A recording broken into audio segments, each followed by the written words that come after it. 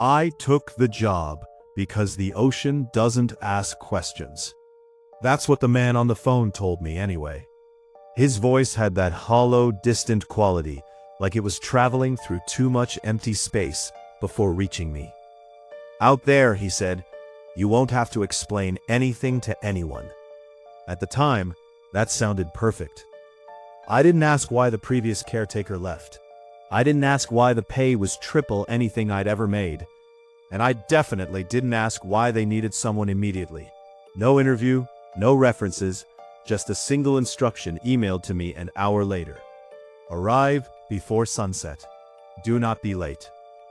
The ferry ride out took longer than expected.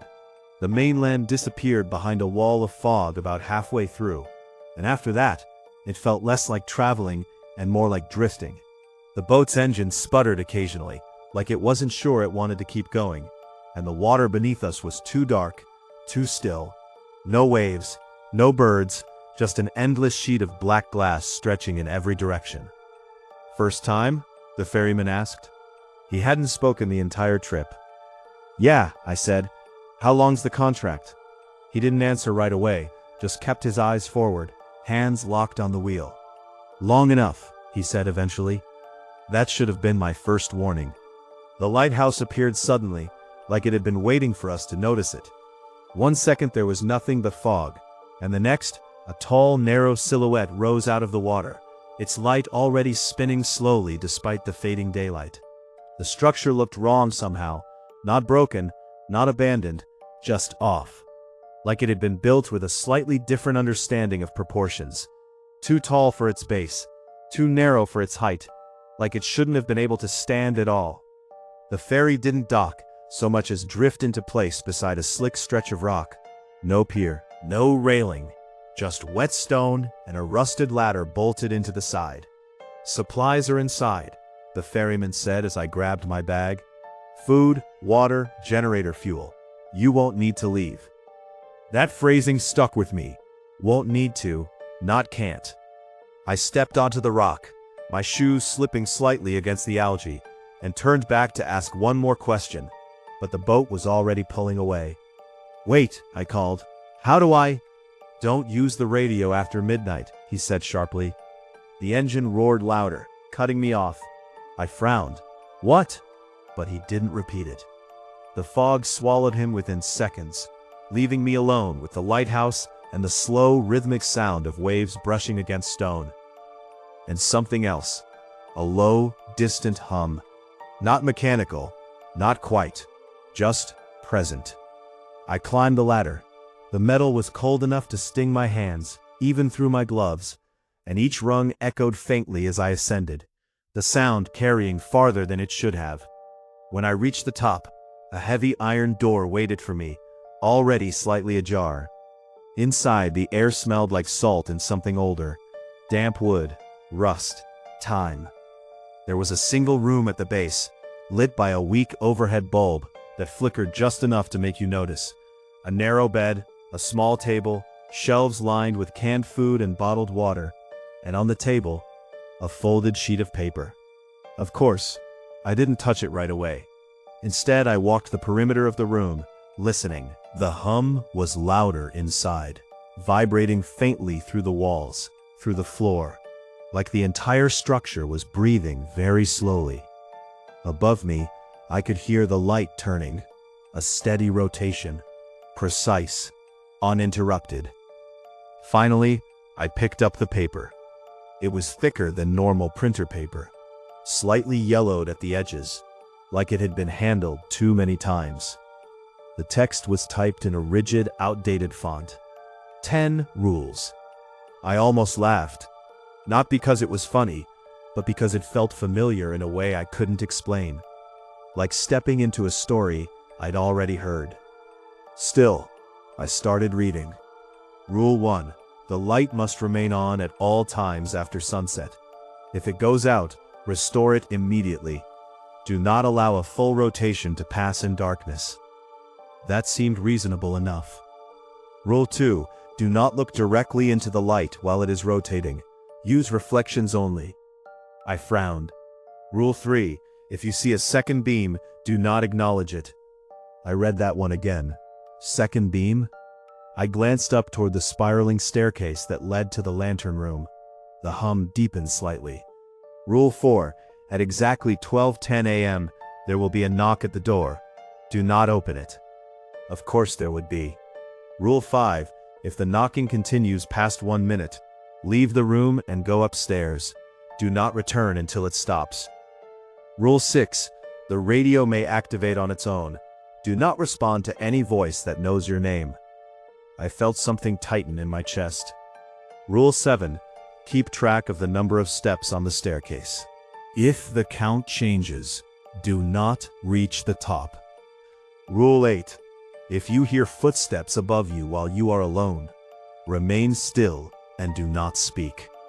Rule 9. At 3:33 a.m., check the shoreline. If you see someone standing there, close your eyes and count to 50 before looking again. Rule 10. When your shift ends, do not look back at the lighthouse once you leave. I lowered the paper slowly. The bulb overhead flickered again, longer this time. For a moment, the room dipped into near darkness, and in that instant, I could have sworn the hum stopped. Not faded, stopped. Then the light came back, and the sound returned with it, as steady as before.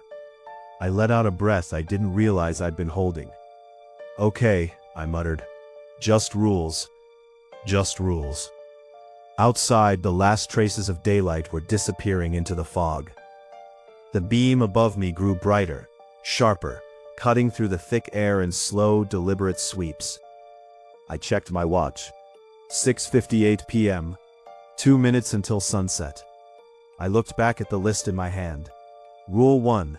The light must remain on at all times after sunset. Above me, the rotation continued. Steady, precise, uninterrupted. Then, for just a fraction of a second, it stuttered. Not a full stop, not even enough to notice if you weren't paying attention. But I was. And something about that tiny hesitation felt less like a malfunction, and more like the lighthouse had just noticed me too. The first thing I did, after that flicker, was tell myself it meant nothing. Machines fail.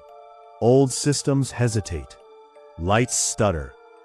There was a generator somewhere in the structure, probably older than I was, probably held together by maintenance logs and wishful thinking. That was all. It had to be. Still, I didn't move for a few seconds. I just stood there, staring up the narrow spiral staircase, listening to the rotation above, waiting for it to happen again. It didn't. The beam continued its slow mechanical sweep, cutting through the fog outside in perfect intervals. The hum settled back into its earlier rhythm, deep and constant, like something sleeping beneath the building. I exhaled. See, I said out loud, the sound of my own voice, oddly thin in the room. Nothing. The word didn't echo. It should have. The walls were bare, the ceiling low. Sound should have bounced. Instead, it felt like my voice had been absorbed, swallowed before it could travel more than a few feet. I didn't like that. I looked back down at the paper in my hand. Rule 7. Keep track of the number of steps on the staircase. If the count changes, do not reach the top. Right, I muttered. Guess we're doing that now. The staircase started just beyond the main room, a tight coil of iron steps winding upward along the inner wall of the lighthouse. There was no railing on the outer edge, just open space dropping down into shadow. I placed one foot on the first step. The metal groaned softly under my weight. 1, I said quietly. If I was going to follow the rules, I was going to follow them exactly. 2.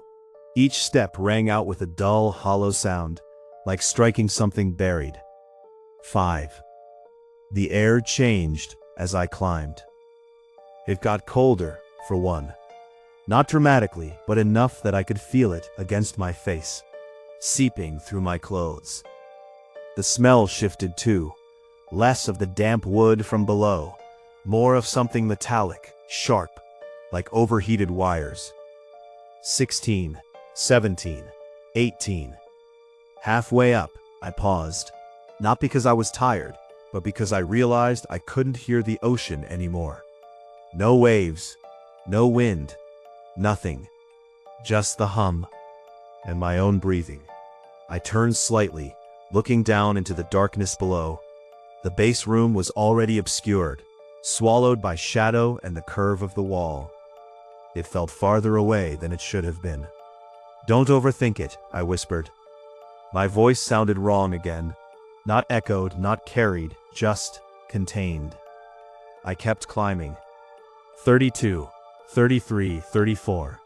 The light above grew brighter with each step, flashing past the narrow slits in the walls as it rotated.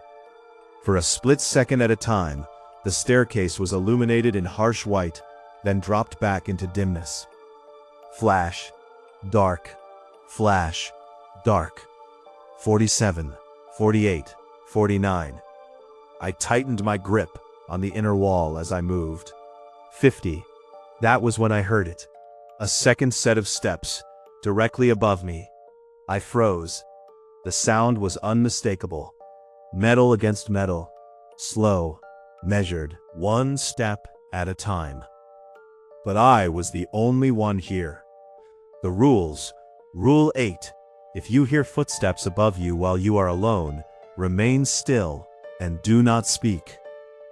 My mouth closed instantly. The steps continued.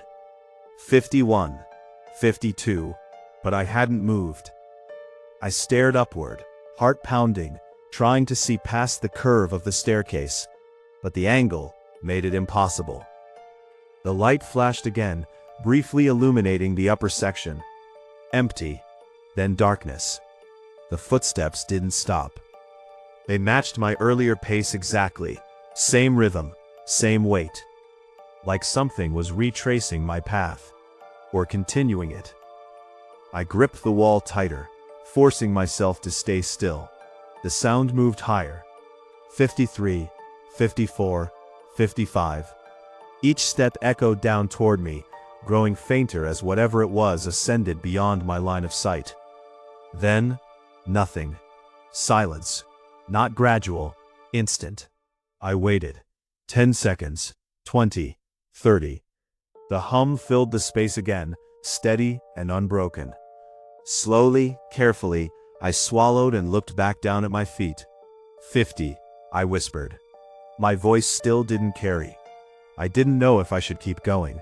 The rules didn't say to stop if you heard footsteps, just to remain still, and I had.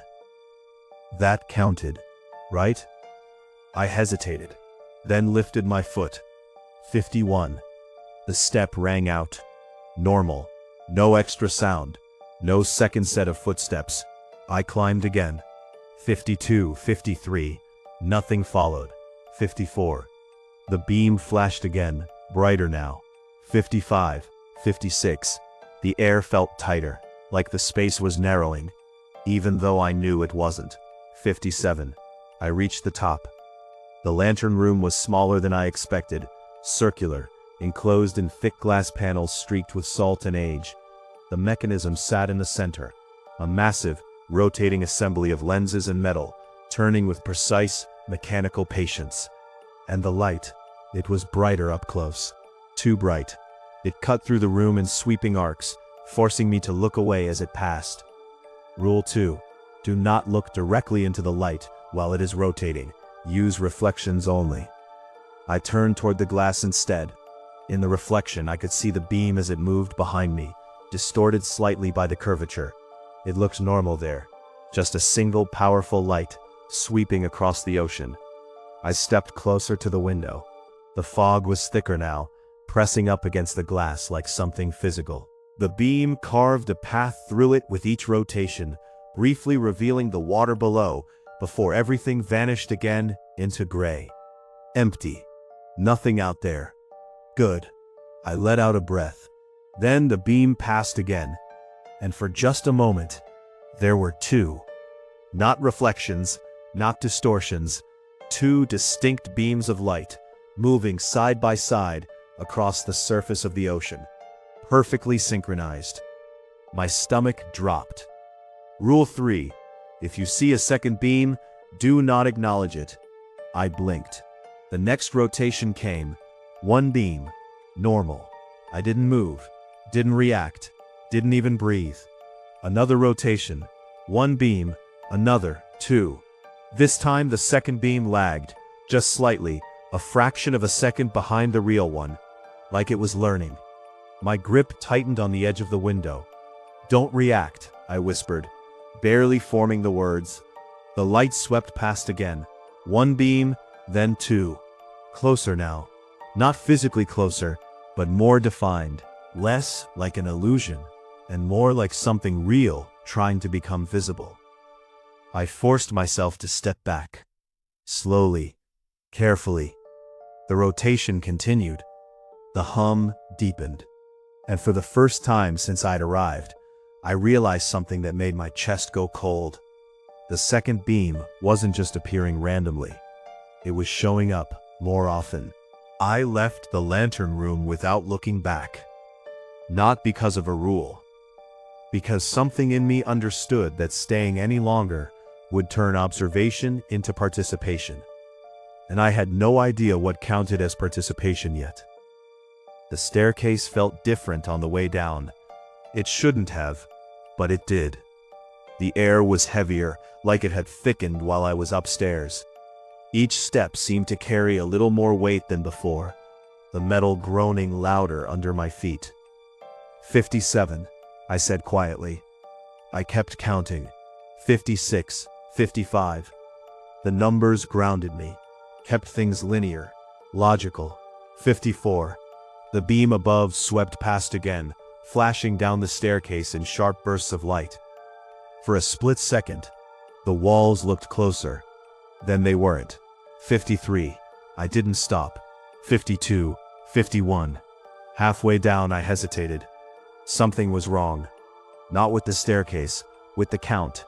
I froze, 1 foot hovering above the next step. I replayed it in my head. 57 at the top. 56. 55. 54. 53. 52. 51. That was right. That was exactly right. So why did it feel wrong? I looked down. The steps below stretched into shadow, disappearing into the curve of the lighthouse. Too far. There were too many. Rule 7. Keep track of the number of steps on the staircase. If the count changes, do not reach the top. It hadn't changed, had it? I swallowed. 50, I said, stepping down. The sound echoed slightly this time. Not much. Just enough to notice. 49. Another step. 48. The echo came again. Faint. Delayed. Like it wasn't mine. I stopped breathing. The next number caught in my throat. 40. Something answered. 8. The voice came from below. My voice. Same tone. Same pacing. But stretched. Wrong. Like it had been pulled thin before being spoken. I didn't move. Didn't speak. Didn't even finish the number. Rule 2 didn't apply. Rule 8 didn't apply. But something else did. Something unwritten. Don't respond. The silence that followed pressed in from all sides. Then, a step. Not mine. From below. Slow. Deliberate. Coming up toward me. I turned my head slightly, just enough to see down the spiral. Nothing. Just darkness. But the sound continued. 47. 46. Each step matched the rhythm I'd used on the way up, like something had memorized it and was now coming back, toward me. I forced my foot down. 47, I said, louder this time. Number cut through the air. The other steps stopped. Instantly. No fade. No delay. Just gone. I didn't wait. 45. 44. I moved faster now, not quite running, but close enough that the metal rang sharply with each step. No echo. No second voice. Just me. 39. 38. 37. The base of the staircase came into view. The weak bulb. The table. The door. Everything exactly where it should be. 32. 31. 30. I stepped off the final stair and onto the solid floor. The hum shifted. Not louder, not quieter, just different. Like a tone had been added beneath it. I turned slowly. The staircase behind me looked normal. Too normal. No extra steps, no distortion, just a spiral of iron, disappearing upward into shadow. I counted them with my eyes, one by one. 57. Exactly. My chest tightened. "That's not possible," I said under my breath. But I knew it was, because I'd felt it. The extra distance, the stretch, the delay. Something had changed. Just not in a way that stayed. A sharp crackle cut through the room. I flinched. The radio. It sat on a small shelf near the bed, an old analog unit with a single speaker and a worn microphone resting beside it. I hadn't noticed it earlier. It hadn't been on. Now it was. A low hiss of static filled the air, uneven and pulsing like breathing. Rule 6. The radio may activate on its own. Do not respond to any voice that knows your name. I stared at it. The static shifted. Not randomly, intentionally. Patterns forming beneath the noise. Almost words. I took a step closer. "Hello," I said. The word left my mouth before I could stop it. The static cut out. Silence. Then, "Hello?" My voice. From the radio. Perfectly replicated. I felt something cold slide down my spine. "No," I whispered. The radio clicked again. "Don't do that," it said. Not my voice this time. Someone else. Familiar. Too familiar. I stepped back. The speaker crackled softly. "Hey," the voice continued, gentle now. "It's okay." I shook my head. "No. You always do this," it said. "You get scared, and then you shut down." My chest tightened. I knew that voice. I hadn't heard it in years. "You don't have to be out there," it said. "You can come back." The hum deepened. The light above rotated. Slow, steady, uninterrupted. "Say something." I covered my mouth. Rule 6. Do not respond. The radio clicked. Static returned. Then, it said my name. Not loud, not distorted. Just correct. Exactly the way it used to be said. I closed my eyes. Counted. 1, 2, 3. The static stretched. 4, 5, 6. Then stopped. When I opened my eyes, the radio was silent. Dead, like it had never turned on. I stood there for a long time, listening, waiting. Nothing else happened. Eventually, I checked my watch. 12:09 a.m. My stomach dropped. Rule 4. At exactly 12:10 a.m., there will be a knock at the door. Do not open it. I turned toward the door slowly. The metal surface looked heavier now, thicker, like it had settled into place. The bulb overhead flickered. Once, twice, then steadied. 12:10. The knock came exactly on time. 3 sharp strikes, evenly spaced. Not loud, but precise. I didn't move, didn't breathe, didn't even blink. The sound echoed through the room, lingering longer than it should have. Then, silence. I waited. 10 seconds. 20. 30. The rule didn't say anything about a second knock, just that there would be one. Then, it came again. 3 strikes, same rhythm, same spacing. Knock, knock, knock. My hands curled into fists. Rule 5, if the knocking continues past 1 minute, leave the room and go upstairs. Do not return until it stops. I looked at the staircase, then back at the door. The third set of knocks came faster this time. More urgent, less patient, like something on the other side was adjusting, learning. I checked my watch. 12:11. 1 minute. The knocking didn't stop. It changed. The rhythm broke.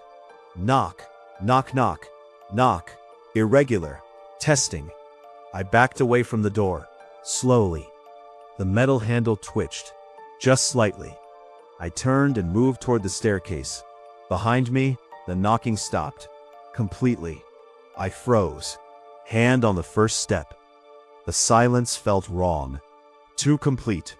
Like the sound hadn't ended. Just moved. Then, from the other side of the door, I heard my own voice. "Hey," it said softly. "Can you let me in?" I didn't turn around. Every instinct I had told me to. The voice was perfect. Not close. Not similar. Exact. The same slight rasp at the edge of certain words. The same pacing. The same breath between sentences. If I hadn't known better, I would have believed I was standing outside that door, waiting for someone else to let me in. "Hey," it said again, softer this time.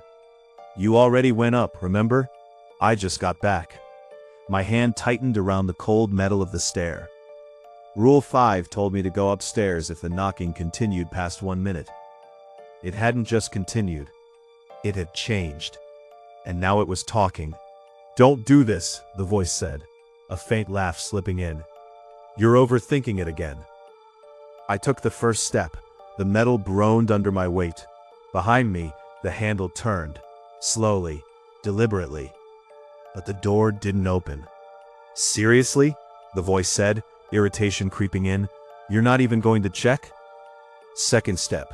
"Fine," it snapped. "Stay up there." The tone shifted, flattened. Something underneath it surfaced, something patient and cold. "You'll come back down eventually." I didn't stop climbing. Everyone does. The staircase seemed longer this time, not just in feeling, in count. 1, I said under my breath. I had started over. I didn't trust the previous numbers anymore. 2, 3, 4. The light above swept down in intervals, each pass stretching shadows across the walls like reaching hands. 5, 6, 7. My breathing sounded too loud, or maybe the space was amplifying it now. 8, 9. Behind me, a step. It was on the staircase, below me, not at the door, not outside, inside, metal on metal, slow, measured, matching my pace. I didn't look. 10, I whispered. Another step behind me. 11, 12. It followed, perfectly. If I sped up, it sped up. If I slowed, it slowed. My chest tightened. Rule 8. If you hear footsteps above you while you are alone, remain still and do not speak. This wasn't above me. This was behind me. And the rules didn't say what to do. 13, 14, 15. The steps continued. 16, 17, 18. Closer now. I could feel it. Not hear it. Feel it. A presence filling the space just below me, waiting for me to acknowledge it, to turn, to confirm it. I kept climbing. 19, 20, 21. The air grew colder, thicker. The hum deepened into something almost vocal, like a low chant vibrating through the walls. 22. The light flashed again, and for a fraction of a second, I saw it, in the reflection of the glass above. A shape on the stairs below me. My shape, but wrong. The head tilted too far, the arms hanging just a little too long, and the face smiling, wide, unmoving. A light passed. Darkness. 23, 24, 25. The steps behind me stopped. I didn't hear it anymore, but I knew it was still there, right behind me, waiting. I reached the top. The lantern room felt smaller now, compressed. The glass panels bowed slightly inward, as if the fog outside was pressing against them with weight. The mechanism turned. The beam swept. 1, then 2. Not occasional anymore, not subtle. 2 beams, clear and solid, rotating in near-perfect sync. The second one lagged by less than a second now. Catching up, learning, adapting. I kept my eyes on the reflection. The ocean below shifted. Not the water, the surface, like something large was moving beneath it, just out of sight, tracking the light as it passed. I stepped back. The glass creaked softly. Then a third beam flickered into existence, for just a moment, then vanished. My stomach dropped. The system wasn't failing. It was multiplying. The hum surged. The rotation slowed, just slightly. Enough to notice, enough to matter. Then it stopped. Not completely, just between rotations, a pause that shouldn't exist. And in that pause, the second beam didn't stop. It kept moving, alone. My breath caught. Rule 1. The light must remain on at all times after sunset. Which light? The real one, or the one that kept going? Resumed. But now the timing was off. The beams crossed, overlapped, separated. No longer clean, no longer predictable. Something tapped against the glass. Soft, rhythmic. I turned my head slightly and froze. A hand pressed against the outside, pale, too long. The fingers bent backward at the joints. Tap, tap, tap. Same rhythm. The door, the staircase, the walls. It was all the same. The hand slid slightly, leaving a streak across the glass. Then another appeared, and another, until the entire pane beside me was covered, all tapping, in sync. I shut my eyes. Rule 9, 3:33 a.m. Check the shoreline. I didn't need to. I knew what I see. I counted anyway. 1, 2, 3. The tapping continued. 4, 5, 6. It got louder. 7, 8, 9. Like it was inside now. 10, 11, 13, 12. The hum turned into a low roar. 13, 14, 15. Something brushed past my shoulder. 16, 17, 18. Breath. Right next to my ear. 19, 20, 21. Don't. Something whispered. Not from outside. From inside the room. 22, 23, 24. Don't open your eyes. 25, 26, 27. The voice sounded like mine again. 28, 29, 30. The tapping stopped. 31, 32, 33. Silence. 34, 35, 36. The hum faded. 37, 38, 39. Nothing. 40, 41, 42. I opened my eyes. The glass was clear. The ocean empty. The beams, one, just one, rotating normally. The hum steady again, like nothing had happened. I stumbled back. My watch read 5:59 a.m. 1 minute, just 1 minute. The light outside shifted, gray, faint, sunrise. Rule 10. When your shift ends, do not look back at the lighthouse once you leave. I didn't pack, didn't check anything. I just ran. Down the stairs. I didn't count. Through the room. The door was already open. Out onto the rock. The fog had lifted just enough to reveal the ferry waiting. Empty. Engine running. I didn't question it. I got on its own. No driver. No sound except the engine and the water. I didn't look back, not once. The lighthouse faded into the distance behind me. The hum, gone. The light, gone. Everything, gone. Until just before the fog swallowed it completely, I saw it. Not directly. Reflected in the cracked glass of the boat's window. Two beams, rotating, perfectly in sync.